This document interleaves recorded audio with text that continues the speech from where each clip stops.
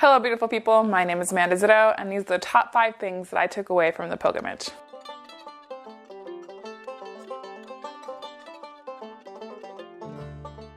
In summer 2016, I quit my job and I lived on the road for 2.5 months. I did 6,700 miles solo. If you haven't watched the pilgrimage yet, make sure that you binge that over there. These are the top 5 things I took away from that trip in no particular order. Lesson number 1, trust your instincts and don't worry as much about the what ifs. It's important to be prepared, yes, but you can't be prepared for anything. There'd be no room for all of your clothes. For all of you ladies out there that are freaked out about taking your first trip by yourself, let me tell you a secret. People are suckers for a girl on a motorcycle by herself. If it's a vintage motorcycle, even better. Every place I went, it was weird if 5 people didn't stop and ask me if I was all right. Wasn't I scared traveling by myself? Wasn't that bike a little too big for me? Was I really all right? Did I want some pie? Yes, it does get a little bit frustrating. But you have to keep in mind that these people have good intentions and they're curious.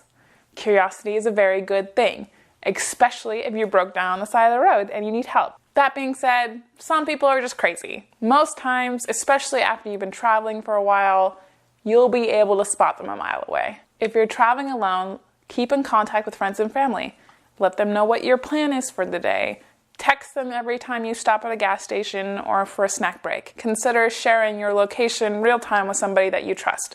My mom and my close friends all had dibs on me on Google the whole time I was gone. Talk to people in town, especially tiny towns. Talk to people at the gas station.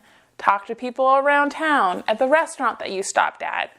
Or even better, stop at the Forest Service office. They are chock full of information, like where the best free camping sites are. Some of them will even highlight the spots on the map, photocopy it for you so you can take it with you. Keep bear spray on you. If you like to wear headphones while you're setting up camp, just keep one out so you can keep an ear on what's going on around you. It's important to be cautious, but at no point during my trip did I feel unsafe because I listened to my instincts. If someplace didn't feel right, I didn't stay there. You're always going to meet some interesting characters while traveling, but you're also going to meet some really amazing people. If there was anything in this world to reinstill your faith in humanity, it's taking a trip by yourself on a bike. Lesson number 2. The most invaluable thing that I took, besides the bike and my camera, was a solar panel. I'm gonna preface this with that I had an old bike. So having an alternative source of energy to charge my battery packs with saved my bacon. This solar panel saved me hours and hours of sitting in the back of cafes and restaurants, continuously ordering coffee, pretending like I was there to patronize them, and not because I needed to charge my stuff. I just strapped to the back of my duffel bag, rubber banded the cords around the devices so they wouldn't pop out while I was going down the road, and I charged 2 things all day. My wish about this is that I wish that I had had 2 of these so I could have had 2 power packs that was compatible with my solar panel. The Mophie power pack, which was the other one that I took, takes about 3 amps to charge, and the solar panel only puts out 2.1. That was my main gripe about the solar panel. Otherwise, it was amazing. Lesson number 3. I wish that I hadn't sacrificed comfort for space. Long story short, I bought this sleeping bag, which I was all excited about because it had its own compression bag and it would make it all tiny. Except, it's a 40-degree bag. And I froze my ass off. As a result of this poor decision, I had to pick up my Pendleton blanket when I made it to Montana, which took up its own duffel bag by itself. The thing that's really upsetting about that whole situation was that I have this bag, which is an old U.S. Army mummy bag. I could sleep through a blizzard in this thing. And it takes up its own duffel bag. This would have taken up less space than my decision to take the bag that took up less space. Hint, it gets cold everywhere at nighttime. I'm just saying.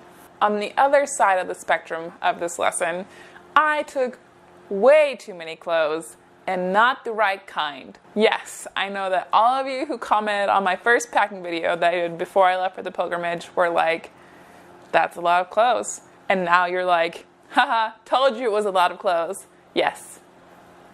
Believe me, I learned my lesson. Part of my mistake is that I had a lot of cotton. The gist is that cotton is the enemy, and things like merino wool, polyester, spandex, those things are your friends. Lesson number 4. Say it with me.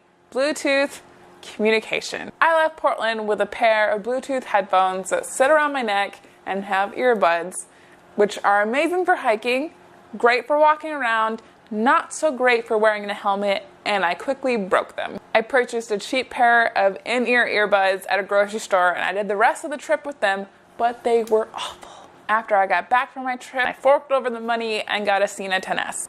It's a game changer. Hashtag not spawn, but Sena, seriously, huge fan. Sponsor me, okay? Recap, get a Bluetooth communication device. It is so worth it. Even if you don't ride with other people, it's just so nice. Obviously, I'm a fan of Sena. All of my friends also have Senas, so they talk really nicely to each other.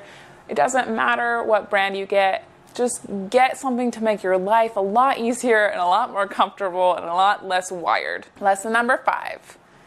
If it's not Gore-Tex, it's not waterproof. Whoa, I know that that's a pretty controversial statement to make, but at this point, having tried multiple waterproof suits and boots specifically, I am officially a Gore-Tex fangirl. There are some other Gore-Tex copycats that other brands are making that some people swear by, and that's rad, and if that works for you, awesome. If you watched all the pilgrimage, you know that I hit kind of a steady occurrence of downpours when I got back to western Montana, and I wasn't really a happy person.